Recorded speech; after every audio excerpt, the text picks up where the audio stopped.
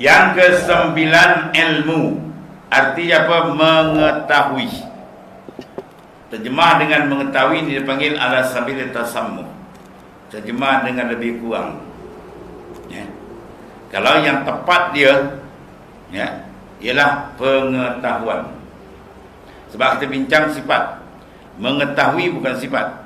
Mengetahui takluk sifat. Ya, takluk sifat ilmu. Dengan adanya ilmu, lalu ia mengetahui.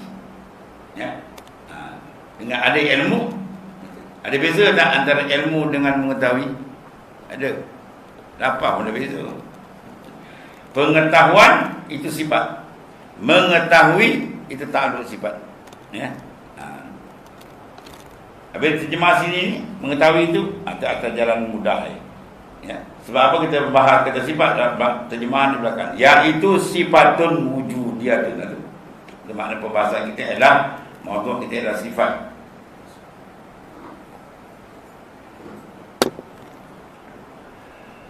Dan iaitu ilmu tu sifat yang maujud, sifatun maujudatun. Sifat yang maujud. Apa makna maujud? Sekira dibuka di akhirat besok, maka dia dapat dilihat. Jadi makna sini benda yang wujudi yang nampak ni. Sebab dia kata terjemah, kalau kita buka kita Arab, dia kata berbeza tu. Kita terjemahkan ilmu dengan aliman, dia lain. Bila ilmu dipanggil sifatun wujudiyatun qaimatun bizat. Kalau aliman, kaunu aliman, dia kata sifatun sabitatun. Apa beza wujudiyah dengan sabitah? Ada beza tu. Ya, dia tak sama tu. Sifat hal, dia tengah-tengah. Maknanya dia tak naik tangga ada, dan dia tak turun tangga tak ada. Lam tartaki ila darajatil mawjud hatta tusyahadah, walam tanhatta ila darajatil ma'dum hatta takuna adaman, bal hiya wasitatun bainal mawjud wal ma'dum. Itu ta'rif sifat hal. Dia tak naik tangga ada sehingga dapat dilihat dengan mata kepala, dan dia tidak turun tangga tak ada sehingga kita nafi ada mutlak, tak, dia duduk tengah-tengah. Bersifat tak apa. Kalau bati tak boleh, dia kata tak ada bati tengah-tengah, aku atas pakau, kata. Mana lebih aku melompat, itu atas pakau. Ini sifat ada tengah-tengah. Ya, iaitu apa makna dia? Dia tidak naik tangga dia sampai boleh dilihat. Baik, kita buat misal mudah-mudah. Balikkan tuan makan apa? Makan apa? Kutu canai. Kena makan nasi lemak kan? Okey, dia makan dah tu makanan. Baik. Kata nasi lemak. Nasi lemak tu maujud, nampak tak? Nampak. Kita pun makan aja, kita tanya, sedap tak? Oh, sedap sungguh hari ni. Siapa punya masak specialnya, sedap. Baik. Diri sedap tu nampak tak? Nampak sedap? Sedap tu nampak tak? Tak nampak. Nak nafi boleh tak? Tak boleh juga, di tengah-tengah. Diri sedap tu dipanggil maujud zihnan la kharijul a'yan. Dia maujud pada akal, dia tangkap. Akal kita perasan benda tu, sabit. Tapi nak tengok mata luar, tak nampak. Yang nampak nasi. Yang nampak nasi, sambal, nampak dah. Tu kat kita ada benda ni. Cuma beza kita dengan Tuhan, kita punya baharu, Tuhan jadikan hak Tuhan padim sekali. Itu je beza dia. Biasa kita bercakap kadang-kadang kita tak teliti benda ni. Nasi lemak tadi ada lagi tak? Ada. Kalau tak ada, kita panggil apa? Tak ada. Kemudian kata sedap tak? Sedap. Kalau tak sedap, kita kata apa? Tak sedap. Ada kita kata nasi lemak engkau ni tak ada sedap lah. Ada orang cakap itu. Sebab ada lawan dia tiada. Kalau benda sungguh dia sedap, lawan dia tak aja. Sedap atau tak sedap. Orang tak kata tak ada sedap. Ada orang lain cakap itu. Tu kepala dia masuk air je. Kuih kau ni tak ada sedap lah. Apa bahasa lah tu.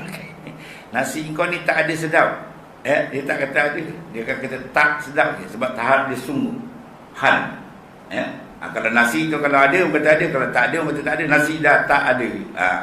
Kalau sedap orang panggil tak ada. Orang panggil tak ada. Kaji balik bahasa. Sebab apa? Kedudukan martabat tak sama. Yang ni wujudi, yang ni hal. Atau akan dibincang tajuk dalam maknawiyah adalah sifat yang maujud, mana yang ada, yang sedia. Beza dengan kita. Ilmu kita maujud tak? Maujud. Tapi bukan sedia. Baharu. Ya. Itu beza. Ini kaidun lil ikhlad dipanggil. Kaid nak mengeluarkan. Maujud tapi maujud yang sedia. Yang qadim. Ya. Kemudian yang berdiri. Ini bahasa Usuluddin. Ya. Bahasa di mana yang berdiri. Qama bizat. Kalau ilmu kita pakai bahasa yang menumpang bizat. Ilmu kita tu menumpang bizat kita. Maka lapas menumpang, lapas tak boleh digunakan pada Ta'ala. Itu iham, dia bawa waham kata menumpang lemah. Ya, sebab dia guna qama, berdiri. Jadi mana maujud, yang berdiri mana yang ada pada zat Allah Ta'ala, yang mana pula ni takluk dia. Yang nyata dengan dia, dengan ilmu tadi oleh segala perkara. Ya, segala perkara atas barang yang ia dengan dia. Mana segala benda yang ada semua nyata pada ilmu Allah Ta'ala.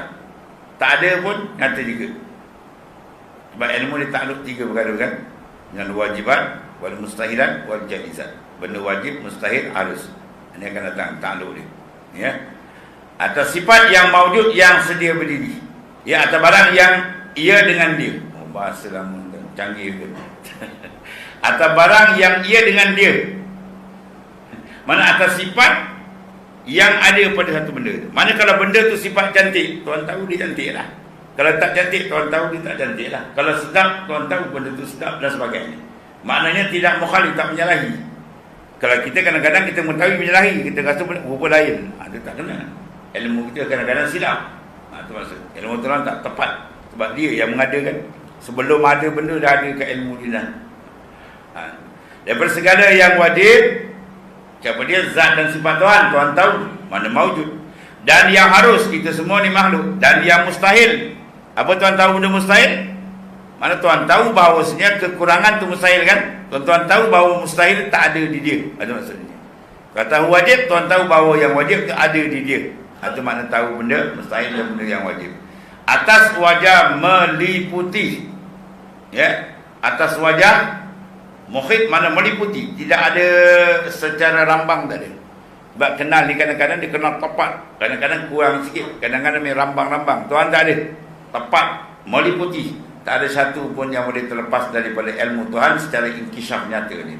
Atas jalan tafsil, bukan jalan ijmal. Tak. Tafsil satu-satu. Dengan ketiadaan dahulu tersembunyi. Itu ilmu Tuhan ni. Ilmu kita tahu tapi terdahulu tersembunyi. Makna jahil. Yang kita dulu tak tahu apa. Keluar ibu tak tahu satu pun tak ada. La ya'lamu syai'ah itu benda tak. Tapi kemudian tahu bagi ilmu sikit.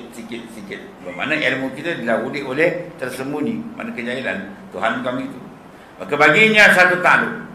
Bagi ilmu satu takluk jua. Iaitu apa takluk dia? Tanjizi qadim. Apa makna tanjizi? Lulus, berlaku dah. Bila qadim sedia kala.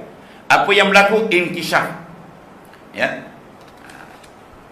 Dan tanjizi yang qadim lulus sedia kala tuan dah tahu. Kita makhluk yang lemah pun kalau nak buat rumah kita dah tahu dulu kan. Nak buat petaran 4 bilik, 3 bilik dah dengan kepala itu. Kita makhluk yang lemah Allah Ta'ala lebih lagi. Ya, sebelum ada semua dah ada dalam ilmu dia. Maka mengetahui Allah SWT pada azal, pada sedia kala akan segala perkara hingga barang yang tiada kesudahan baginya. Ya, apa barang tak kesudahan seperti kamalat. Sifat Tuhan itu tak habis kan. Semua kesudahan dia tahu satu-satu. Habis. Dan segala nafsul ahli syurga, diri ahli syurga. Syurga habis tak? Tak, Tuhan kekal. Sepanjang pandang itu semua dalam pengetahuan Allah SWT dengan detail. Itulah ilmu Allah Ta'ala yang maha hebat mana ya. Dan satu lagi. Dan lawan apa? Mustahil jahilnya.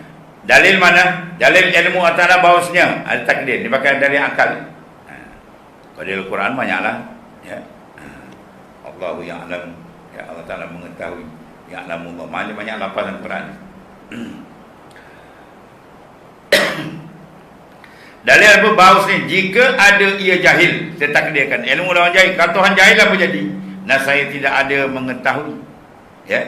Ya, itulah tak mengetahui. Itu mustahil. Itu sifat kekurangan. Kerana sabit mengendakinya dengan dalil yang telah lalu.